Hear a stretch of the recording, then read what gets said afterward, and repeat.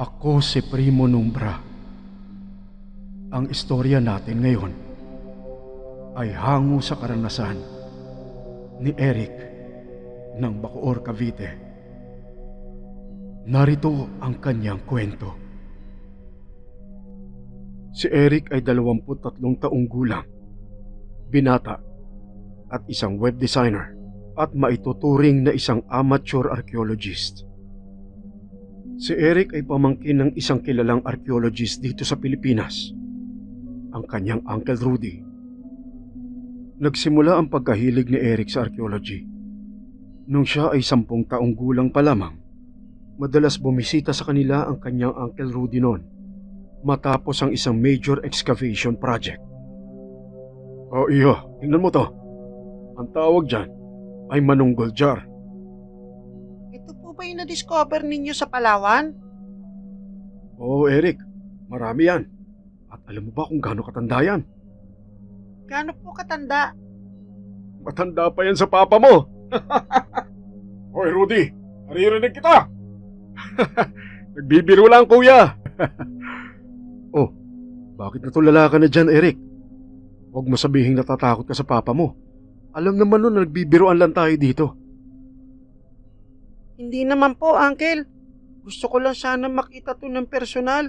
Maganda po siya tingnan dito sa litrato. Pero sana po, makita ko talaga siya. Huwag kang magalala, Eric. Minsan dadaling kita doon sa museum. Talaga po? Oo, akong bahala. Papaalam kita kay papa mo. Yay! Doon nga nagsimula ang hilig ni Eric sa archaeology.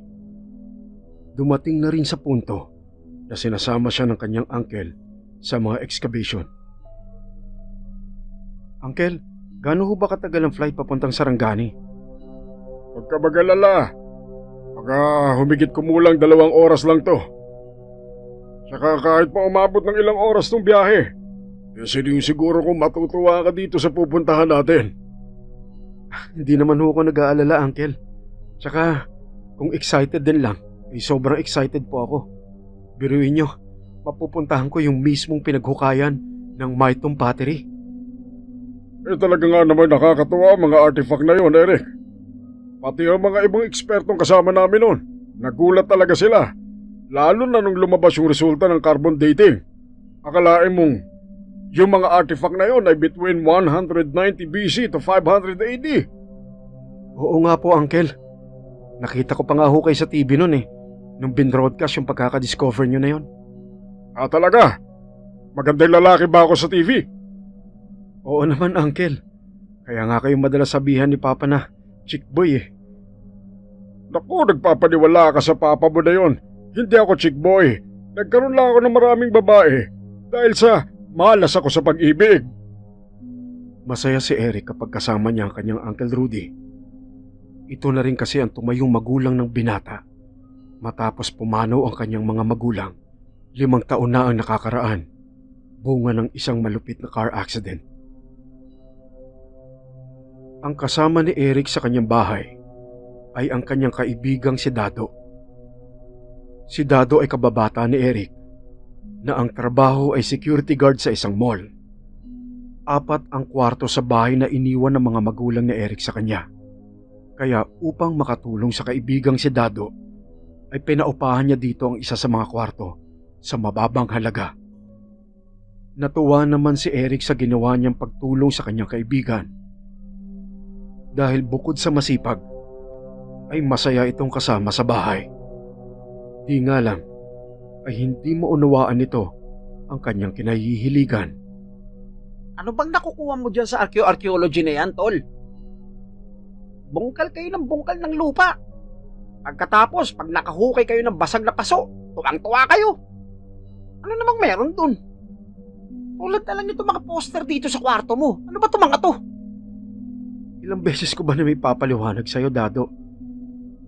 Napakalaki ng naibibigay ng archaeology sa mundo. Katulad niyan nasa likod mo. Ano? Etong poster ng bato na to. Hindi lang basta bato yan. Ang tawag dyan, Rosetta Stone. Yan ang dahilan kung bakit nababasa na natin ang mga sulat ng lumang Ehipto o yung tinatawag na Egyptian hieroglyphs. Kung hindi na-discover ang artifact na yan, baka hanggang ngayon, hindi pa rin natin alam kung paano itatranslate yung mga nakasulat sa loob ng pyramid. At yung nasa kaliwa mo, yan ang Dead Sea Scroll. Importante sa inyo mga Kristiyano yan. Alam mo bang isa yan sa naging matibay na patunay na totoo ang Bible? Oo na, pero boring pa rin. Boring pala ha. O eto, halika. Tingnan mo tong screensaver ng computer ko. O ano naman yan? Parang orasan na gawa sa bato. Yan ang Antikythera mechanism. Anti ano? Antikythera mechanism. Natagpuan niya sa isang barko sa ilalim ng dagat na malapit sa Greece. Alam mo ba kung anong malupit dyan? Ano? Itinuturing yan na isang early form ng computer. Ano? Yan? Computer? O edi nagulat ka. May kakayahan daw yan na mag-compute. At nung malaman kung anong taon niyang ginawa, nalaman na yung mga panahon na yon, wala pang mga dapat na ganyang bagay sa mundo. Ano? Paano nangyari yun? Yun na nga.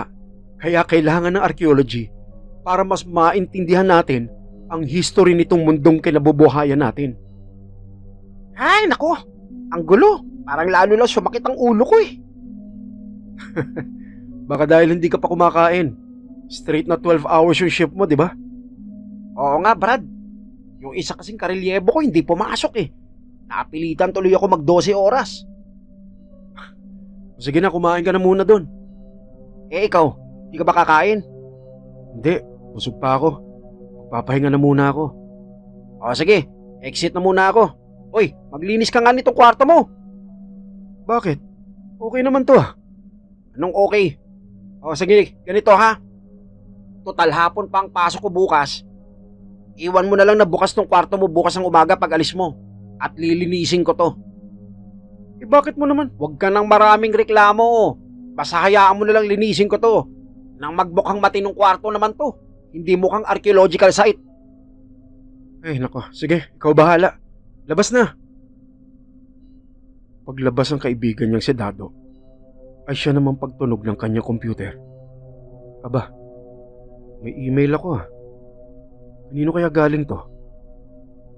At binasa ng binata ang email. Laking tuwa nito nang malaman niya ang nilalaman ng mensahe ng kanyang Uncle Rudy. Wow! Sinasama ako ni Uncle Rudy sa excavation sa Samar. Ayos to ah. Medyo matagal-tagal na rin nung huli kami magkasama. At base dito sa mga pinadala niyang litrato, mukhang maganda tong pupuntahan namin. Yes! Hindi na ako makapaghintay. Tuwang-tuwa nga ng gabing yon si Eric. Dahil bukod sa madalang na lang silang magkasama ng kanyang uncle, ay first time niyang mapupuntahan ang probinsya ng Samar. 4 na araw pa ang kailangang lumipas bago ang araw ng kanyang pag-alis. Matyagang ginugol ni Eric ang kanyang mga araw sa pagtatrabaho. Ngunit sa bawat oras na lumilipas, ay lalo siyang nai-excite sa magiging aktibidades nila ng kanyang Uncle Rudy. Hanggang sa dumating na nga ang araw na yon. O tol, ang aga mo yata mag-impake. Hindi ba? Alas 11 pa ang biyahe nyo? Alam mo na, daig na maaga pang masipag. Ano? Ano namang inaagapan mo? Babiyahe lang naman kayo papuntang Samar. Yaman mo na pare. Alam mo namang excited talaga ako pag may gantong lakad kami ni Uncle Rudy. Ay siya ko, bahala, buhay mo yan. O eto, abutin mo yung kape mo. Inabot ni Eric ang tasa. Ngunit dumulas ito sa kanyang kamay.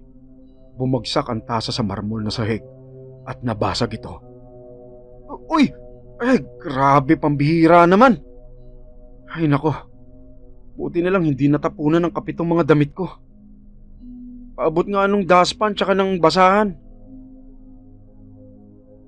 Uy, Dado, sabi ko paabot ng dustpan tsaka yung basahan. Ba't nakatulala ka dyan? Pare.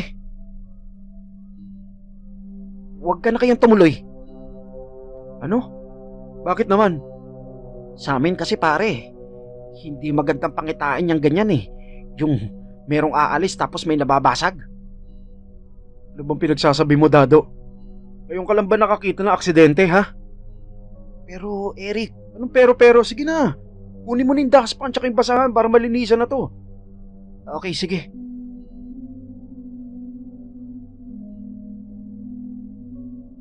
Maya-maya pa, ay sakay na ng eroplano si Eric at ang kanyang Uncle Rudy. Uncle, excited talaga ako dito sa lakad natin na to. Ang ganda ng mga picture na pinadala mo sa akin. Sabi ko na nga ba, matutuwa ka eh. Ayon doon sa report na binigay sa akin, ang kuweba daw na yon ay isang sagradong lugar para sa mga babaylan noong unang panahon. Sa katunayan, merong mga nahanap na dokumento na nagsasabing yun daw ang huling hantungan ng isa sa pinakamakapangyarihang babaylan noon, si Ismar. Ismar? Teka, bakit parang pamilyar po sa akin yung pangalan na yun? Siguradong pamilyar talaga sa'yo yun. Nandun yun sa librong ibinigay ko sa'yo. Ah, yun ho bang libro tungkol sa mga maharlikang Pilipino noon? Oo, yun nga. Tama nga kayo, Uncle Rudy. Nabanggit ho dun yung Ismar, ang pinakama-impluwensyang babaylan noon.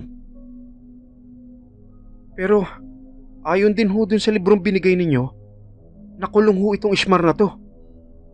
Totoo yan, Eric. Bagamat hindi maipaliwanag kung bakit siya ikinulong, wala na kasing dokumento na magsasabi o magpapatunay ng mga nangyayari noon. Basta ayon sa mga istorya, kinulong ng mga babaylan yung si Ismar na yan.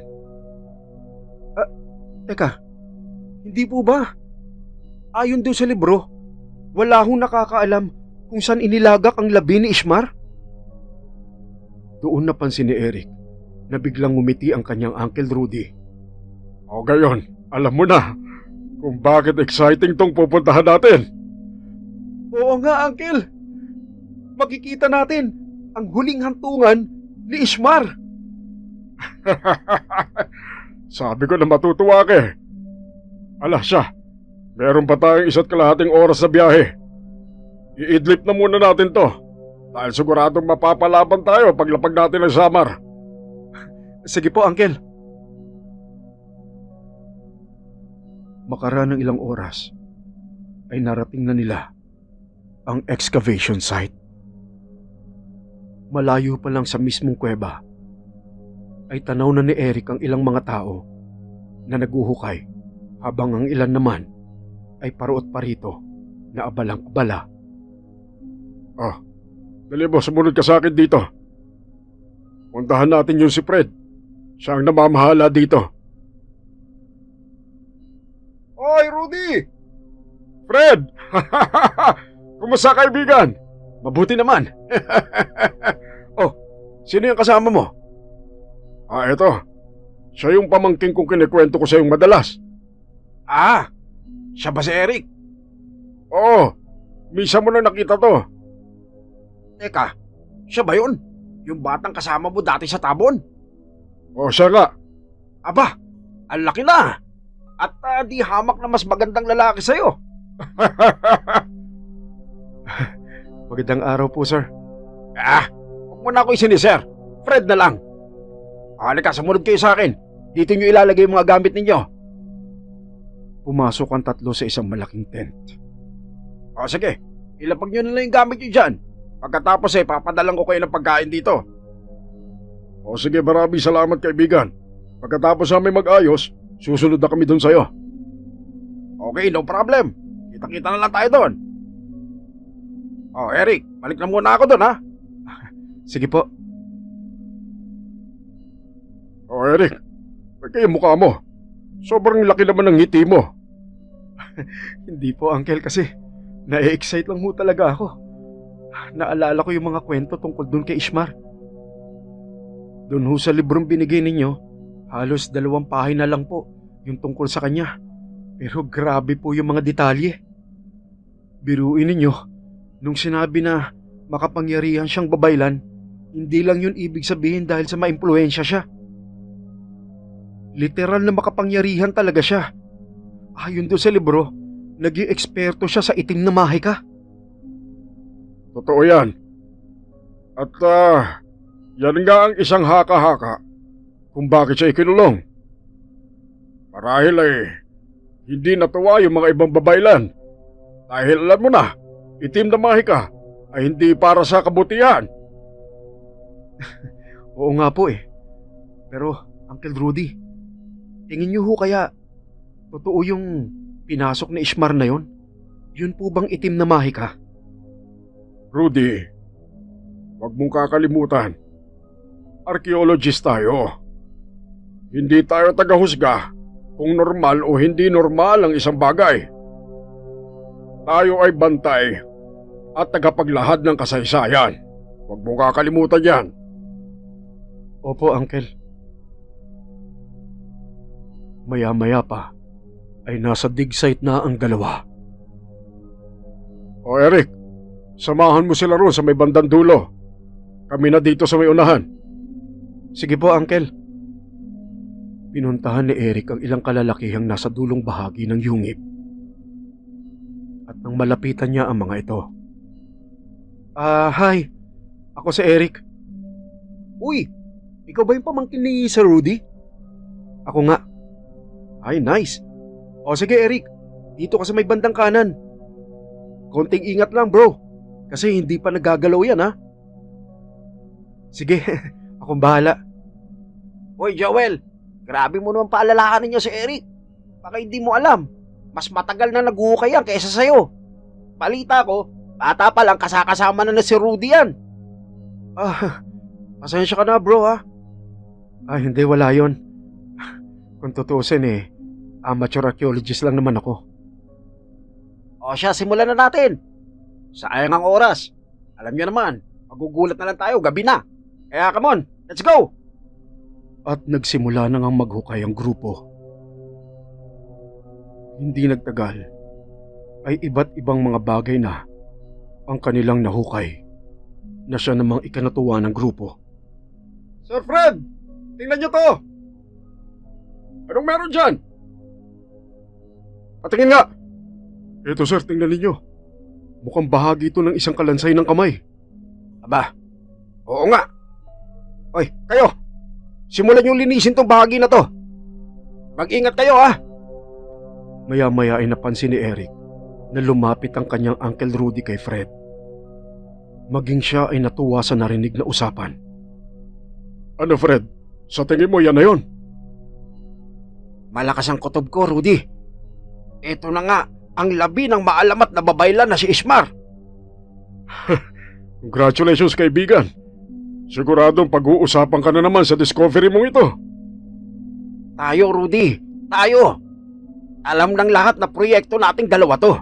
Kaya congratulations sa atin. At mahigpit na nagyakap ang magkaibigan.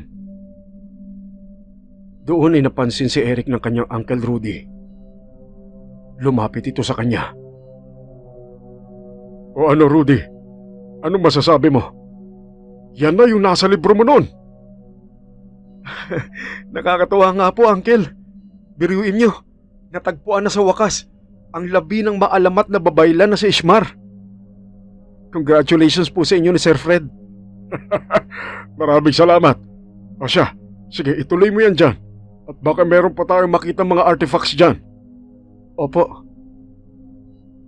At itinuloy na nga ni Eric ang kanyang ginagawa.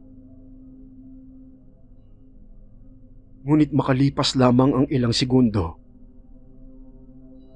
ay may napansing kakaiba si Eric. Napansin niyang tila may bumubulong sa kanya.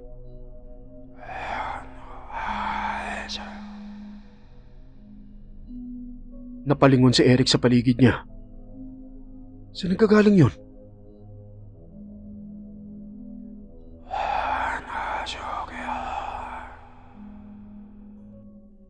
Muling nilingon ni Eric ang kanyang mga kasama. Ngunit napansin niyang lahat ng mga ito ay abala sa kanilang mga ginagawa. Tatayo na sana si Eric nang mapansin niyang parang may kumislap sa bandang gilid ng kanyang paningin. Ano yun? Parang may kumikislap doon sa may bato na yun. Nilapitan ito ni Eric. Sa pamamagitan ng kanyang maliit na flashlight, ay sininagan niya ang bagay na kanyang napansin. Teka, parang gawa sa bakal to. Sinimulan niyang dahan-dahang tibagin ang bato at alisin ang mga lupa sa paligid ng bagay na kanyang nakita. At doon na nga tumambad sa kanya kung ano ang bagay na yun. Kwintas to. Kinuha ni Eric ang kwintas. Ngunit nang nasa palad niya na ito, ay biglang nagdilim ang kanyang paningin.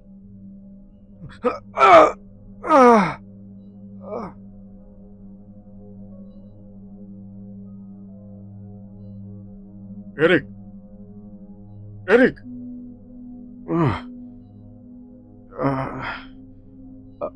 Uncle? Ano ba nangyari sa'yo? Bigla ka na lang nakita ng mga kasama mo na nakabulagta doon. Hindi ko po alam eh. Nawalan pala ako ng malay. Ganun na nga. Gaano katagal ho akong walang malay? Aba, halos magdadalawang oras din. Ganun ho ba? Ano ba nangyari? Hindi ko alam. Akala namin natuklaw ka na ng ahas eh. Hindi po. Wala akong maalalang may ahas doon. Basta ang huli ko naaalala at biglang naalala ng binata ang kwintas na kanyang natagpuan. Ano? Anong naaalala mo? Wala po. Basta naguhukay ako ron, tapos parang bigla na lang ako nahilo. Ay nako, nakakain ka naman kanina, hindi ba? Opo. Ano nangyari sa'yo? Hindi ko nga po alam, Uncle eh. Sige, magpahinga ka na muna dyan, huwag ka na munang bumalik doon. Opo. Nang makalabas ang kanyang uncle, ay agad na hinanap nito ang kwintas. Nasaan na yun? Nasaan na yung kwintas? Hanggang sa makapa niya to sa kanyang bulsa. Andito pala. Teka, paano tong napunta dito sa bulsa ko? Ang huli ko naaalala ay hawak-hawak to bago ko mawala ng malay. Hindi bale. Teka, sasabihin ko ba sa kanila to? Tinitigan ni Eric ang kwintas. Hindi naman siya gawa sa ginto. Mukhang gawa lang to sa tanso So, wala naman masyado sigurong halaga to. Hindi naman malaking kawalan kung hindi ko to idideklara sa kanila. At yun na nga ang napagpasyahan ni Eric. Asan yung bag ko? Kailangan maitago ko to. Asan yung bag? Yun! Siniksik niya ang kwintas sa ilalim ng kanyang bag nang biglang pumasok si Fred sa tent. Oh, Eric, ano ginagawa mo? Bakit kinakalkal mo yung bag mo? Aalis ka ba? Hindi po, Sir Fred. Bahala ko lang sana magpalit ng damit. Ganun ba? Pinuntahan kita rito para makamusta ka. Sabi ng uncle mo, gising ka na daw. Okay ka lang ba? Okay lang naman po ako. Pasensya na ho kayo. Naku, wala yon.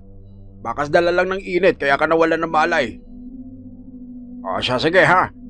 Mamaya diretso na kayo ng uncle mo doon sa hotel para makapagsimula tayo ng maaga bukas. Sir Fred. Ano yon? Pwede ho bang hindi na ako sumama bukas? May naalala po kasi akong trabaho na kailangan kong tapusin. Kailangan kong bumalik kagad sa Cavite. Ganun ba? Abay, sayang naman. Sisimulan na natin kasing hukayin yung kabilang bahagi ng kuweba. Pero sige, ikaw ang bahala. Teka, alam na ba yan ng uncle mo? Hindi pa po. Pero ako na hong bahala magsabi sa kanya. Siya, sige. Maiwan na muna kita. Magpahinga ka muna dyan, ha? Opo, maraming salamat po. Kinabukasan ay nakauwi na si Eric. Maghapon na nagkulong si Eric sa kanyang kwarto. Hoy, Eric! Hindi ka ba mag-aapunan? Anong oras na, oh? Hindi, Dado. Sige, kumain ka na dyan. Busog pa ako. O sige, ikaw bahala.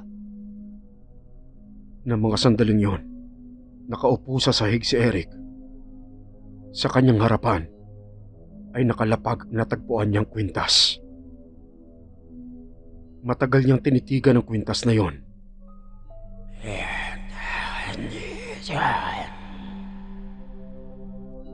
Dahan-dahang dinampot ni Eric ang kwintas at isinuot ito sa kanyang leeg. Paglapat ng kwintas sa kanyang dibdib ay tila binalot ng kuryente ang kanyang buong katawan.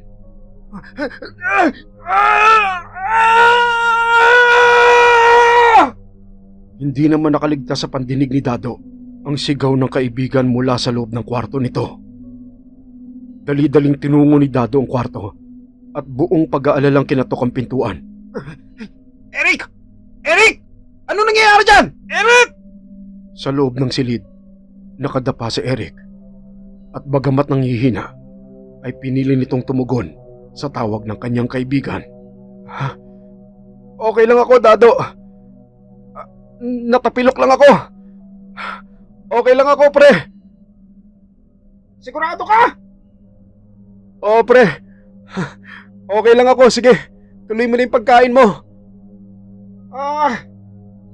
Okay, sige. Nang matiyak ni Eric na bumalik na sa kusina ang kaibigang si Dado, ay muli nitong kinapa ang kwintas na nasa kanyang dibdib. Ano nangyayari? Ano yung nangyari sa akin na yun? Pinilit tumayo ni Eric. At dahil medyo nahihilo pa, ay napakapit siya sa dulong bahagi ng kanyang kama. Ngunit napahinto siya sa kanyang pagtayo. Dahil napansin ni Eric na nayupi ang steel bar na bahagi ng kama na kanyang kinapitan. Nang tanggalin niya ang pagkakakapit niya sa bakal na yon, ay nakita niyang nakabakat pa ang kanyang palad at mga daliri dito.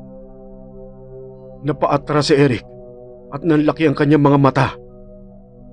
Napatingin siya sa kanyang kamay na punong-puno ng pagtataka. Biglang nag-isip si Eric.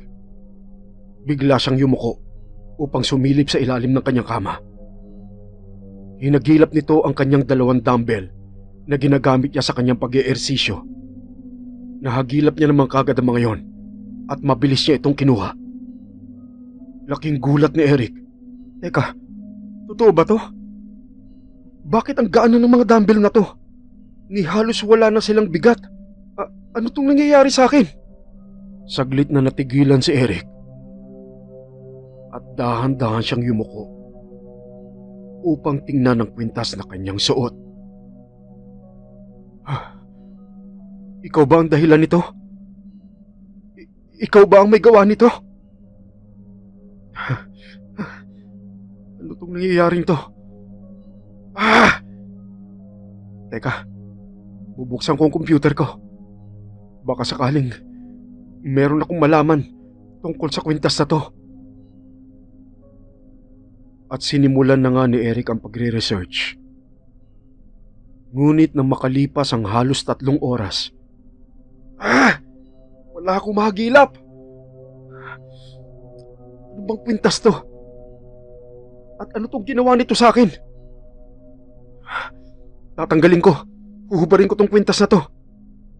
At yun nga ang kanyang ginawa. Nilapag niya ang kwintas sa gilid ng kama. Sandaling nag-isip si Eric. Hanggang sa maya-maya pa, ay nilapitan niyang muli ang kanyang dumbbell. Makailang segundo niya muna itong tinitigan. Pagkatapos ay huminga siya ng malalim at saka binuhat ang dumbbell.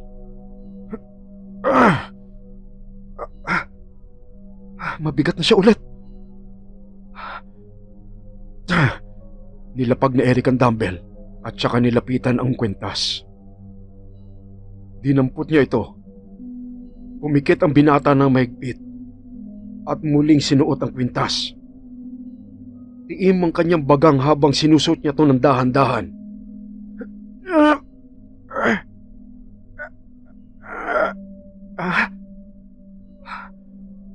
Wala na yung parang kuryente kanina. Wala nangyari sa akin. Teka, yung dumbbell, susubukan kong buhatin ulit. At ganun nga ang kanyang ginawa.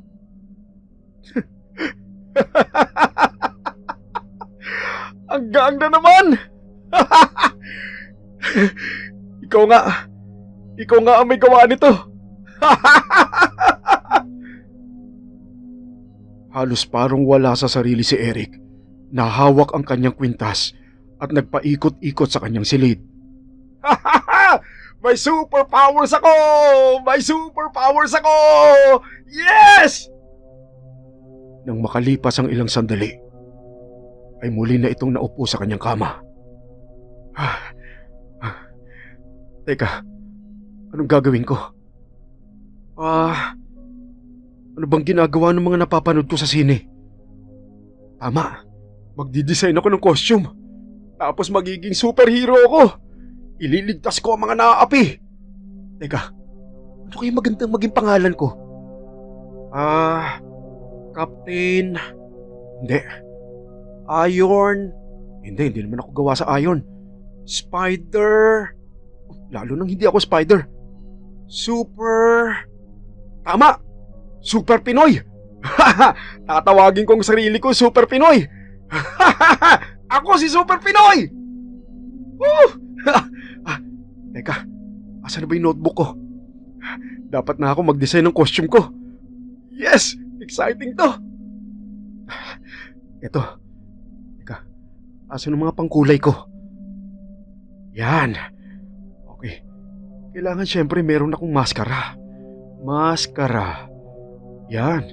Syempre, hindi naman pwedeng basta ko nalang ibulgar yung mukha ko. Pero kung ibulgar ko kaya ang mukha ko, para naman makilala ako ng lahat. Parang si Captain Barbell. Hindi, wag. Kailangan medyo mysterious pa rin. Tama. Para syempre meron pa rin akong me time. Meron pa rin akong personal life. Yes. Okay. Pakpak? Lalagyan ko ba ng pakpak? Wag. Baka sumabit ako sa mga puno. O sa mga kawad ng kuryente. Napakarami pa namang poste ng Meralco dito sa Pilipinas. So walang pakpak. Okay. Boots, kailangan magandang boots. Yan! Ang pogi! Kulay na lang. At ilang oras din ang inilaan ni Eric sa kanyang ginagawa. Maya-maya pa. Launa na pala. Matutulog na muna ako. Nilapag ni Eric ang notebook sa gilid ng kanyang kama. Ngunit ang kwintas ay hindi nito hinubad. Ilang segundo lamang ay unti-unti nang napapikit si Eric. Kinabukasan, nagising si Eric dahil sa pagkatok ng kanyang kaibigan sa pintuan ng kanyang silid. Eric! Tanghali na! Hindi ka pa bababangon? Dado, Babangon na ako. Ang bihira, 11:00 na, pare. Mauna na muna ako sa'yo. At maaga ang duty ko ngayon. sige pare, ingat. Okay. Pupungas-pungas na bumangon si Eric. Ngunit nagulat ito nang merong maramdamang tila likidong malagkit na kumulapol sa kanyang mukha. Ano to? Ha? Dugo! Saan galing to? Teka, bakit ang daming dugo ng kamay ko? Ha? Pati ang katawan ko may mga dugo. Yung kama may mga dugo din. Saan galing to? Ano nangyari? Sa sobrang takot ay napaupo sa sulok ng kwarto si Eric. Matagal nitong tinitigan ang mga kamay at braso na punong-puno ng dugo. Lumingon sa paligid ng kwarto ang binata. Doon nito napansin na nakabukas ang kanyang bintana. Tumayo siya at nilapitan ng bintana upang inspeksyonin ito. Sa kanyang paglapit dito, ay doon niya nadiskubre na may mga dugo din sa bintana. Napaatras si Eric. Ano to? Anong ibig sabihin nito? Galing ba ako sa labas? At kanino to mga dugo na to? Teka, ano yun? Narinig ni Eric na tila may nagkakagulo sa labas. Lumuhod si Eric at dahang-dahang pagkapang na nilapitan ng bintana. Inabot niya ang kabilang gilid nito at dahan-dahang isinara. Ngunit nag-iwan si Eric ng 1 pulgadang siwang upang makita niya ang mga nangyayari sa labas. Doon napansin ni Eric ang mga taong paruot pa rito, kabilang na ang ilang barangay at isang sasakyan ng pulis. Maya-maya pa ay may 2 lalaking huminto sa tapat ng kanyang bintana. Dinig na dinig ni Eric ang naging usapan ng mga ito. Kawawa naman yung asawa ni paring Nardo. Oo nga eh. Biruin mo, 6 na buwang buntis yun. Sinong demonyo kaya ang gumawa nun? Demonyo talaga yun. Demonyo at halimaw. Kawawa nga si paring Nardo.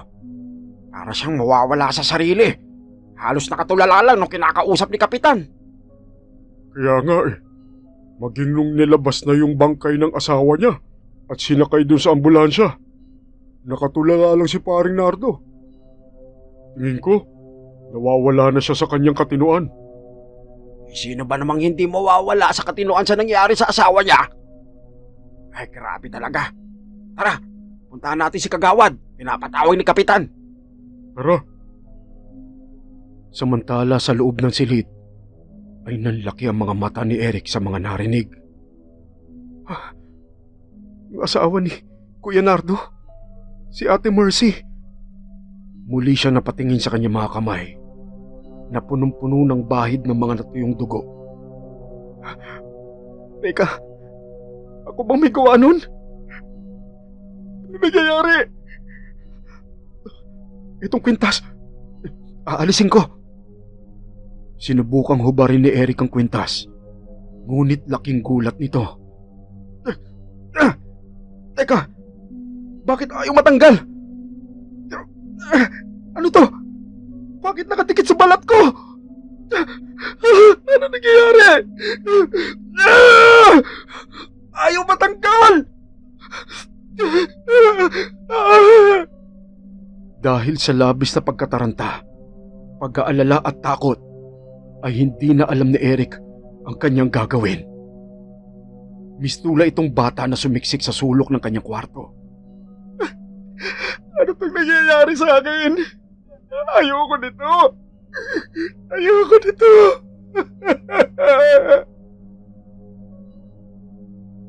Makalipas ang ilang oras. Aba? Di pa rin nagagalaw yung pagkain doon sa kusina. Nakauwi rin. Akala ko magdo-double shift na naman ako. Teka. Aba, andun pa rin yung pagkain iniwan ko kaninang umaga sa lamesa. Anong ibig sabihin nito? Hindi lumabas si paring Eric ng kwarto niya? Aba, teka. Pumunta si Dado sa tapat ng kwarto ng kaibigan at kinatok nito ang pintuan. Eric, pare! Eric! Hoy! Eric! Ba, ano nangyari dito? Teka, baka may kung ano na nangyari dito ah. Asan na ba yung ekstrang susi nitong kwarto? Ayun. At binuksan na nga ni Dado ang pintuan. Laking gulat niya sa tumambad sa kanya. Ang kanyang kaibigang si Eric. Dugo ang nakahandusay sa sahig. Uy! Anak ng putakte! Ano nangyari sa'yo? Eric! Eric! Mabilis na nilapitan nito ang kaibigan at sunod-sunod na tinapik sa mukha. Doon naman nagkamalay si Eric. Dado! Dado! Dado! Tulungan mo ako, pre! Tulungan mo ako! Punyemas, ano bang nangyari sa'yo, pre? Bakit ganito yung tsura mo? Di ko alam, pare. Nagising na lang ako na ganito ako. At doon na nga sinimulang ikwento ni Eric kay Dado ang lahat.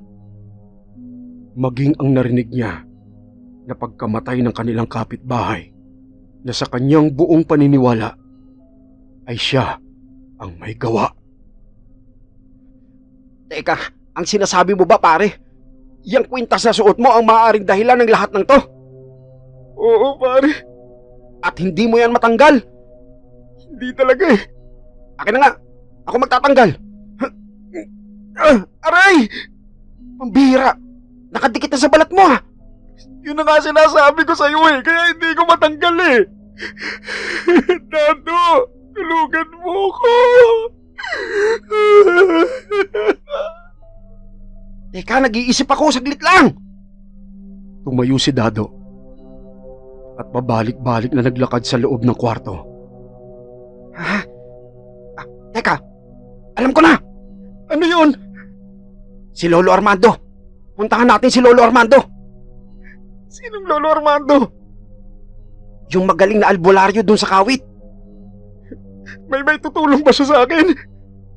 Eh, yun na lang naiisip kong pwede natin puntahan eh. Kaysa naman sa wala tayong gawin. Tsaka huwag ka na maraming tanong. Sumipat na tayo. Anong oras na oh? 8:00 na.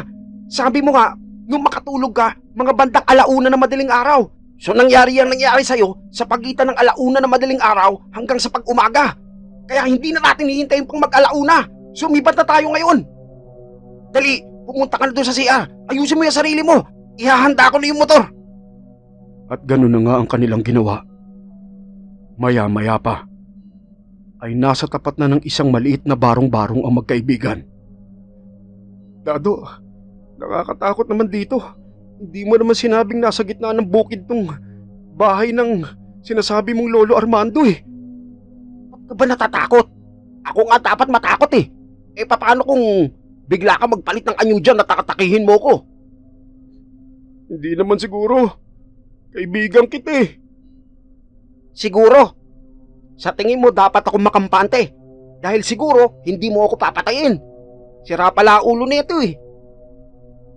Sino ba yung maingay dyan? Lolo Armando. Kailangan po namin ng tulong ninyo. Biglang bumukas ang pintuan ng barong-barong. Pambihira kayo! Kailangan nyo ng tulong, nagsisisigaw kayo dyan. Hindi kayo kumatok ng maayos. Pasensya na po kayo, Lolo Armando. Ito po kasing kaibigan ko eh. Ay siya, pumasok kayo. Pagkaupo ng dalawa sa sala ng barong-barong. Oh, sakto.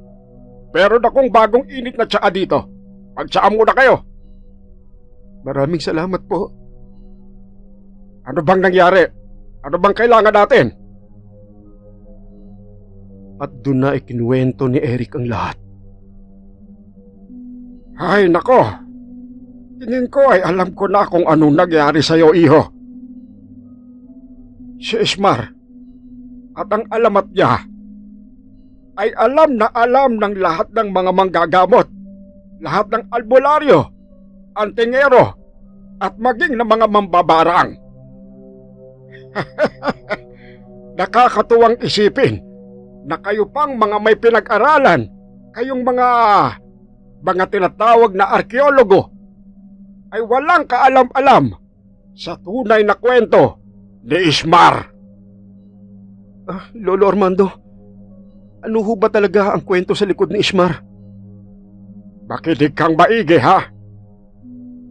Si Ismar, tulad nga ng sinabi mo, ay ang isa sa pinakamakapangyarihang babaylan noong unang panahon. Ngunit napakasakim nito sa kapangyarihan. Bagamat taglay niya na ang mga pinakamalalakas na orasyon ay hindi pa rin ito nakontento. Lingid sa kanyang mga kasamahan, ay sinimulang aralin ni Ismar ang tinatawag na itim na aklat. Ayon sa alamat, ang itim na aklat ay galing sa mga masasamang engkanto.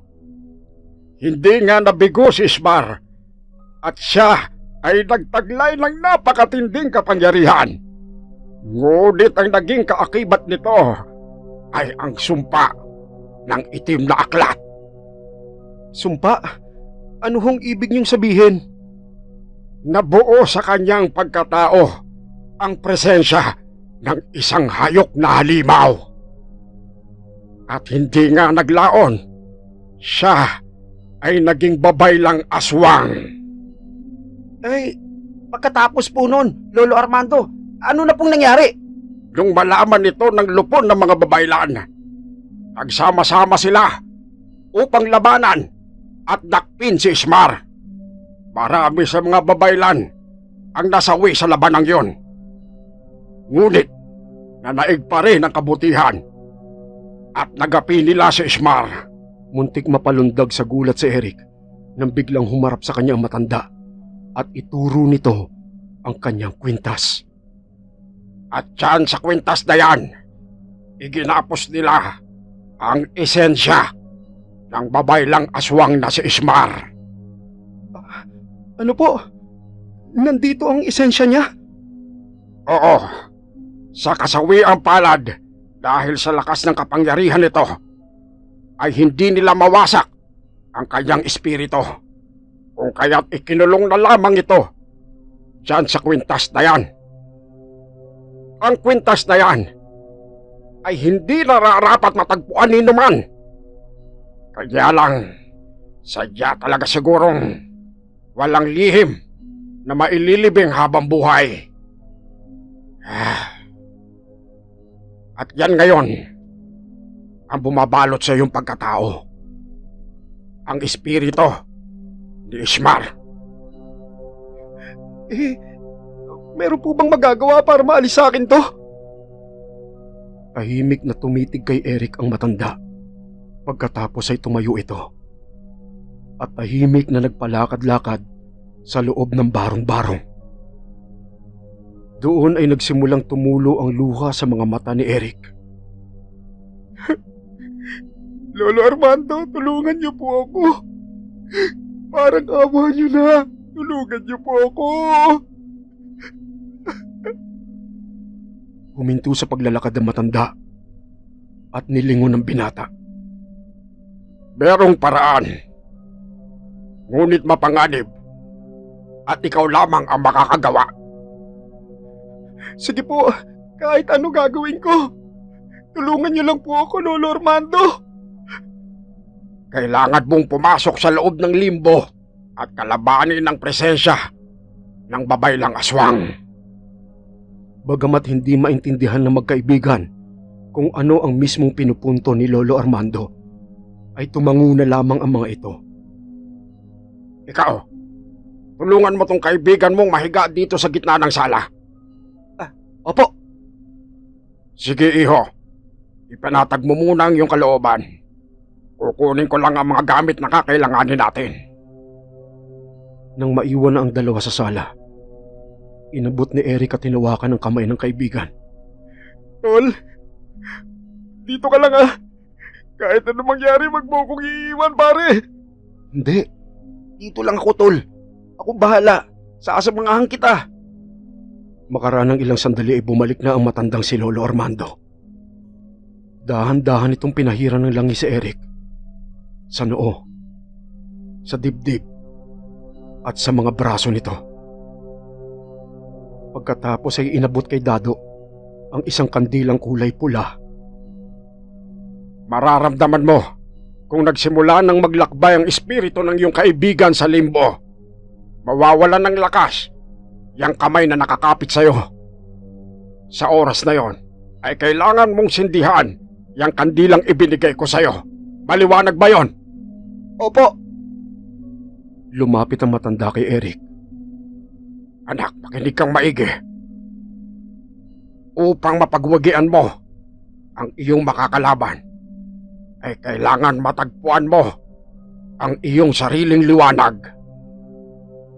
Tumingin si Eric kay Lolo Armando. Ang mga mata nito ay puno ng katanungan at pagtataka. Alam ko ang nasa isipan mo. Ngunit, hindi ko maaaring ituro sa iyo ang iyong dapat gawin. Kailangan ikaw mismo ang makadiskubre nun. Kung hindi, ay makukulong ka sa loob ng limbo. Ito lang ang tandaan mo. Ang liwanag ay ang pagmamahal. Kasunod nun ay mahinang tinapik ni Lolo Armando ang noo ni Eric. Sa isang iglap ay nawalan ng malay ang binata. Dagli-dagli namang sinindihan ni Dado ang hawak nitong kandila. Maya-maya pa. Sakit ng ulo ko. Teka, nasan ako? Bakit ang dilim nitong lugar na to? Sandali. Ito yung kuweba kung saan ko natagpuan yung kwintas. Tama. Pero bakit mag-isa lang ako rito? Sandali. Ito na ba yung sinasabi ni Lolo Armando na limbo?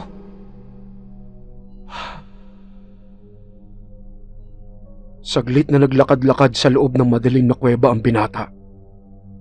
Hanggang sa...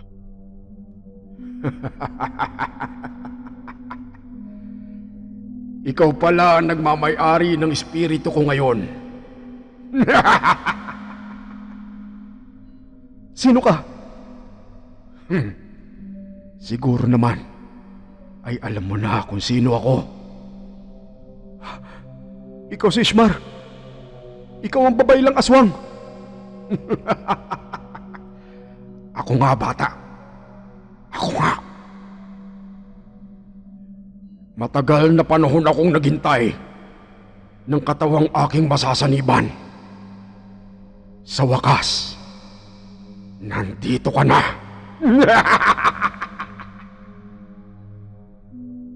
Bagamat binalot na si Eric ng matinding takot, ay pinilit nitong magpakatatag. Tatagan mo loob mo. Kailangan mo siyang labanan. Pero paano? Paano ko siya lalabanan? Alam ko ang nasa isipan mo, bata. Susubukan mo akong labanan. Ngunit, wala kang magagawa. Sapagkat akin ang mundong ito!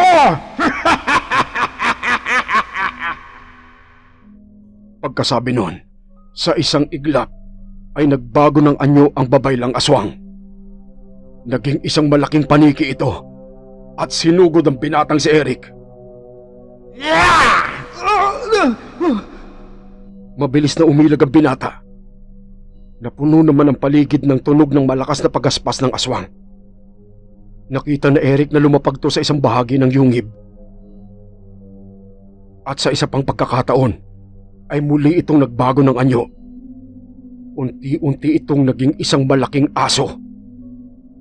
Mula sa kanyang kinalalagyan ay kitang-kita ni Eric ang matatalas ng ngipin ng halimaw. Dahan-dahan itong naglakad papunta sa kanya. Nang halos 2 metro na lang ang layo ng halimaw sa kanya, ay bigla siya nitong dinamba. Ipinansalag ni Eric ang kanyang kaliwang braso at yun na nasagpang nito.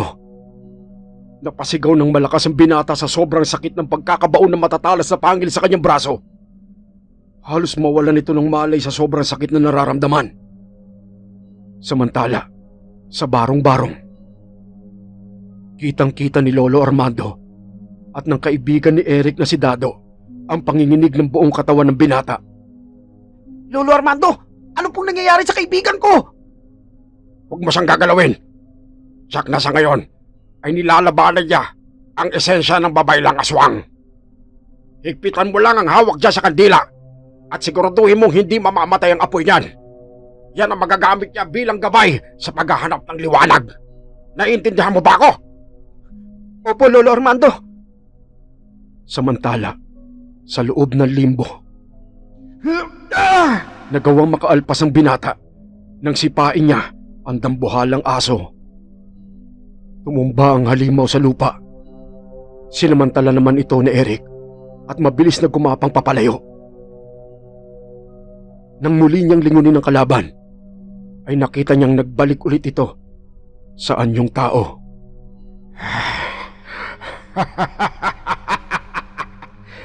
Yan ang gusto ko. Yung medyo nahihirapan ako bago ko makuha ang aking premyo. Pagkasabi nun, ay dahan-dahang tumayo si Ishmar. Bagamat natutuwa pa akong paglaruan ka, ay hindi na ako makapaghintay na makaalis sa lugar na to at muling makapaghasik ng lagim. Kaya pasensya ka na, bata. Kailangan na kitang tapusin. Pagkasabi nun, ay iniunat ni Ishmar ang kanyang mga braso at sa mismong mga paningin ng binata ay nakita nito ang muli pang pagpapalit anyo ni Ishmar. Ngunit sa pagkakataong ito ay inilabas na niya ang tunay niyang kaanyuan, ang anyo ng isang aswang. Matalim na nakatitig sa binata ang mapupulang mga mata nito. Kitang-kita naman ni Eric ang matatalim nito mga ngipin at matutulis na mga kuko sa kamay. Nang naging buo na ang pagpapalit anyo ni Ishmar, ay dahan-dahan itong humakbang papalapit sa binata.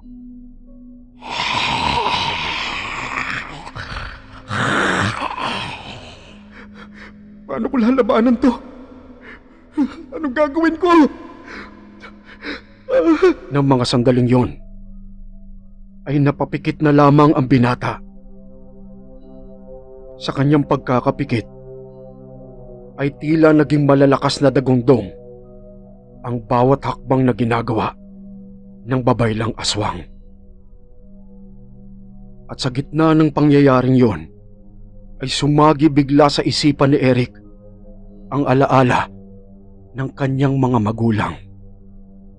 Habang siya ay nakapikit, ay narinig niya ang tinig ng kanyang mapagmahal na ama.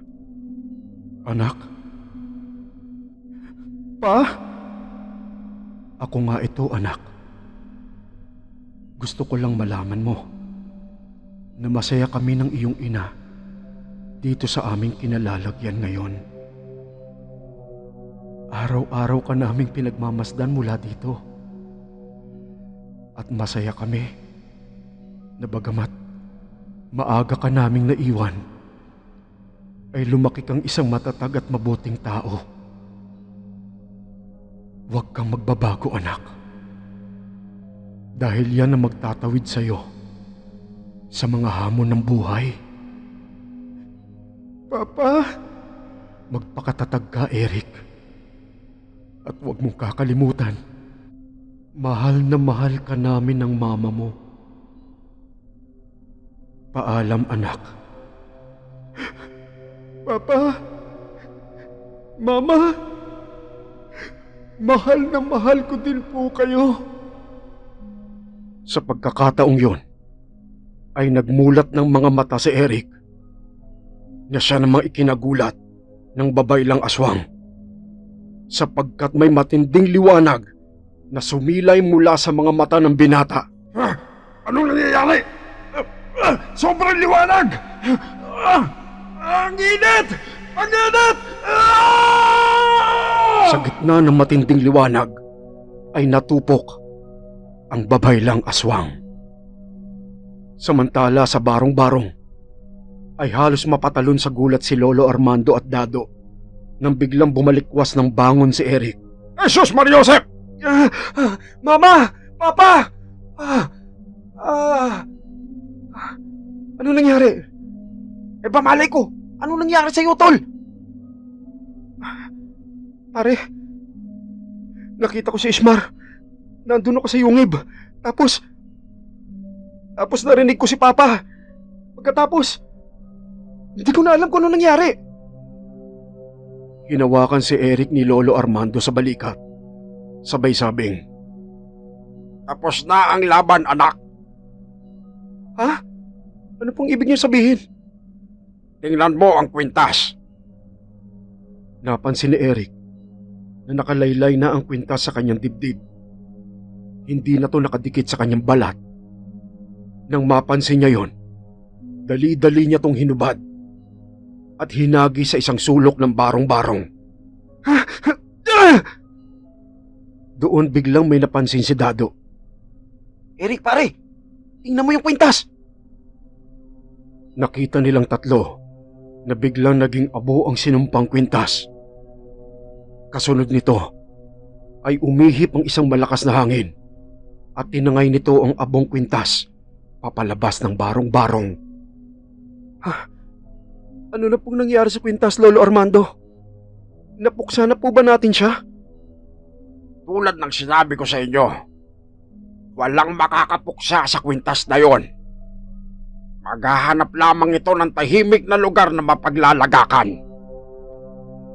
Pare, wag mo na intindihin yung kwintas. Ang importante, ligtas ka na. Oo nga. Salamat. Lolo Armando, maraming salamat po sa tulong ninyo. Kung hindi dahil sa inyo, baka wala na po ako. Huwag ka mag-alala, anak.